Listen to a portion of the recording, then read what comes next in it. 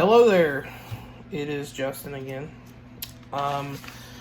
This is likely going to be my last video that I do.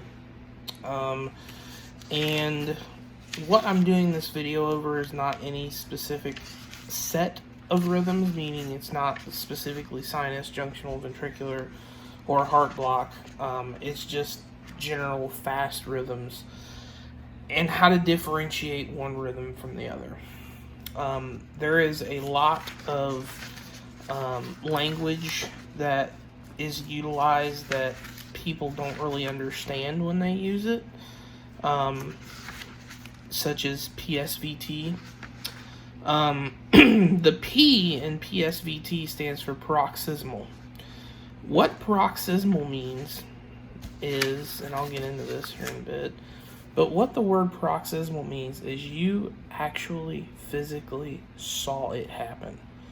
PSVT is not, you put the guy on the monitor and his heart rate's 180 and, you know, that's not PSVT, that is SVT. You see the heart rate is fast, but you didn't see it start and stop. And I've got a couple strips that show that really well. And then we'll talk about aflutter and how to tell the difference between flutter and SVT. And then I'm going to show you how to calculate a pause in AFib and explain the difference between pauses and sinus arrests. So without further ado, here we go. Here is SVT, or supraventricular tachycardia. Actually, let me find a strip. Okay. So I want you to pay close attention to this strip because this strip is actually very fast. The heart rate is going to be somewhere around the 200 mark. I'm going to say 6 little boxes. So we're going to do 1,500 divided by 6. It's going to be about a heart rate of 250. So this is definitely SVT. It's definitely a fast rhythm. If we analyze the QRS here, you can see that if we look at it very closely, that there's not really a defined P wave. And that is what separates SVT from atrial tach. Is atrial tach, you'll be able to make out a little bit of a P wave here. SVT, there's not really a P wave there because it's going too fast. You'll never be able to see it. There may be one in there, depending on how healthy their heart is. There may be one in there that you might be able to not see, but at any rate, you're not going to see it at 250. So this is actual true SVT. There's no P wave in it, and this is very fast. So as you can see, that's like I said, that's about 250. Okay. So this next strip is actually this is actually sinus rhythm. Okay. So you can see that there's P wave, QRS, T. Your PR is a normal measurement. Okay. So we'll go here, we'll look, it's about 0.18, okay? So what happens here is you have sinus, sinus, sinus, and then you have a supraventricular beat followed by a run of SVT, okay? This is considered paroxysmal supraventricular tachycardia, because you watched it. In the telemetry world, we call this a conversion strip, okay? I would chart the first 6 seconds of it and the last 6 seconds of it. And of course, up here at the top, there'd be timestamps so that anybody who reading the chart knew how long the run lasted for. Sometimes these runs, if they're already on meds for it and you're just letting it, take its course, which you wouldn't be doing in the street, but sometimes if you work in a hospital and you know, they're on the floor and they're on medication and you know they've been having these runs, a lot of times they'll just see how long it lasts, and if it lasts over a certain amount of time, then they'll call the doctor and they'll start doing adenosine and other things. But usually when you're charting this stuff, you just want to chart the beginning and the end of it. Okay. Likewise, you know, the difference between the last strip that I showed you and this strip is that it gets, that strip right there is slow, then it gets fast. This strip is fast from the get-go. Okay, and that's what I mean by PSVT. Okay. So there's also other times where you'll see a patient, they'll get their, as you can see, this is sinus, and then you have a PAC right here. This is column, this is a PAC. I don't know why I said that. It's not a PAC, it's a sinus beat. This is a PAC here, and then it goes into PSVT, okay? And then it comes out of it. And there's, the way that you count these is you count these 1, 2, 3, 4, 5, 6, 7, 8, 9. Okay, so actually that's PSVT times 9 because I counted an extra beat. So you don't ever count the preceding beat. You start with the one that doesn't have the P wave. And that's your first beat. You just call this a run of SVT, PSVT, and as you can see, they go right out of it, and it looks just like it did before. You can see patients with really sick hearts do this. They'll speed up, they'll slow down, do all kinds of really weird things. So my next one is an atrial rhythm. Okay, this is atrial fib. Okay, this is actually, believe it or not, this strip is 180. Okay, this is 180 average. And I'm going to show you something that I didn't talk about in my first video because I totally forgot about it. But these little things right here are called carrots. Okay, obviously because they're shaped like carrots. Okay, or you can say they're arrows or whatever you want to. But most EKGs are either a hash mark like this, or you'll see these.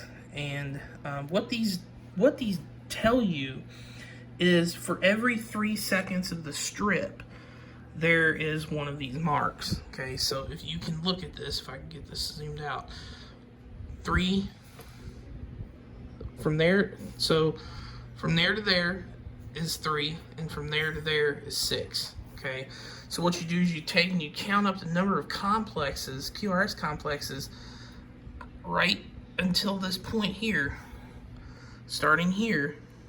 Okay, so you don't include this first beat because technically that's not a count. That's not in the 6 seconds. So you get 180, and that's actually what we call the book, the EKG book we're using calls it AFib with rapid ventricular response. It's also called uncontrolled atrial fib, and these are. These guys can be stable or unstable. I've seen people with this kind of rhythm strip up talking, walking around, no issues whatsoever. I've seen other people that look like crap and need to be treated. So that is your quintessential tachy or uncontrolled atrial fib run there. Okay, most of your fibs you're not going to see this fast, especially if they're controlled on medication, or they have a pacemaker or something. You won't usually see these this fast. You usually see these this fast in patients just before they go on cardizem or some other kind of blocker to lower their heart rate. You'll typically see them this fast, and then they usually, most of the time, they may just proactively get a pacemaker to I've seen them do that as well, just to kind of help slow it down. Okay, another fast one. Okay, and I actually want to compare two strips. I want to show you something real quick. So the first strip that we did was SVT. Okay, give me a second. Okay, I'm back. So the first strip we did earlier was SVT. Okay, this is a 2-to-1 flutter, and this flutter rate is probably, I'm gonna say there's 9 boxes there. If you want to, we can just be generous and say 10, and it'll be a heart rate of 150. But for those of us that need exact numbers, that heart rate is 166. Okay, this heart rate is 250. Okay, you can see the reason why. This one's a little bit more blown up. This one's actually nine boxes, 9 small boxes. This one's 6 boxes. Okay, if you look at these very carefully, okay, and this is one of my one of my biggest pet peeves, and it's something that drives me absolutely up the wall when I see people interpret EKGs, and you know they don't pay attention to this stuff, because this is the stuff that will bite you in the butt when you go to do a rhythm interpretation if you don't pay attention.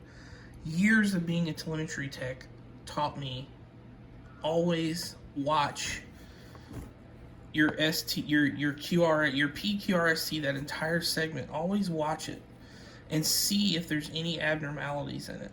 Okay, right off the bat, you can look at this and you can tell that this don't look like this. Okay, so this wouldn't be SVT up here. But if you take these and you go like this, and you look at these, and you look at these are actual salt. These are sawtooth. This is about as textbook fib, or textbook flutter as you're gonna find. Okay, and you can see they march out. Okay, so you gotta watch out for that stuff, because even myself, you know, occasionally I've gotten caught up in going, oh, it's fast, it's regular, it's, you know, sinus tach or SVT.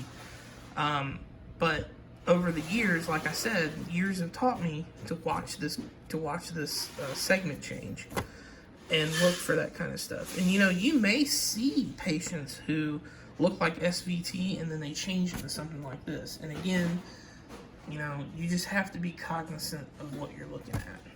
And these two rhythms look alike if you just glance at them, but if you look at their baseline, they're nowhere near alike.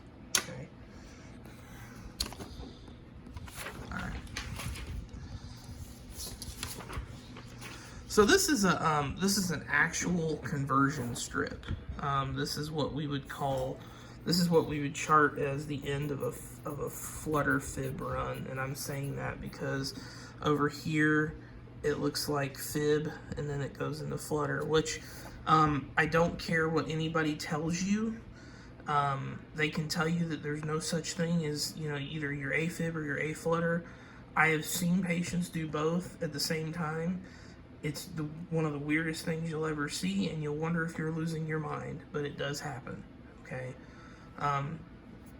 So this is probably more flutter over here because these waves are more defined. Okay, so if I come over here and I march these out like this, sorry, my shadow's in the way, you can see, yeah, see how those, and you can see that little blip right there. I'm sorry, these are a little blurry because I printed them off the internet, but this is one of those times where I really wish I had my old precepting book that I had at St. Francis that had all my telemetry strips. Then, so you're looking at this and you're marching it across, and you see that you see how it kind of starts to go away, the irregularity to those rhythm, to those humps, which is why I said the flutter waves or fib waves starts to lose their regularity. As you kind of start coming back here, they kind of get bigger and smaller, and that's why I said that looks like it could be, you know, It could be a flutter. It could be a fib in the beginning, and then it goes out to a flutter. But the thing that I'm trying to make you see is just the point at which they went back into sinus rhythm, and that's what you know, that's an important thing,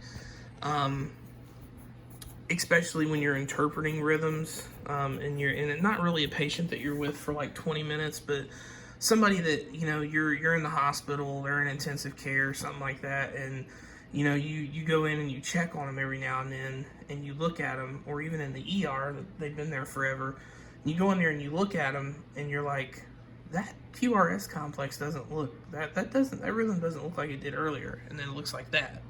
Well, that's because sometime during the time you were out of the room and the time that you came back in the room, the patient converted into sinus. So that is that one. Now, one of my personal favorites. Okay, so we know that, obviously, we know that this is fib, okay? But that is a huge break, okay? That is a very large break in beats, all right? This is not uncommon for a patient in AFib. It's not uncommon at all. I can tell you right now that if this patient was on the floor and I was watching them, I can almost guarantee you that when EP came in and looked at these strips, the electrophysiologist came in and looked at these strips, he probably bought himself a pacemaker. A pause, for anybody that's wondering, in atrial fib or flutter, is considered anything longer than 2 seconds. So in other words, we know that each one of these big boxes represents 0.20, okay? So the way that you calculate how long of a pause this was you go from R to R, okay?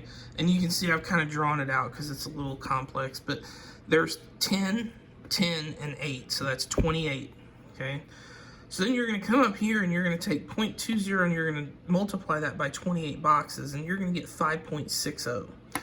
That is actually 5.60 seconds. That's you just converted your graph into time, and that's actually 5.6 seconds that you see here, and that is what that pause is. Like I said, anything over 2 seconds is considered a pause, okay, in fib.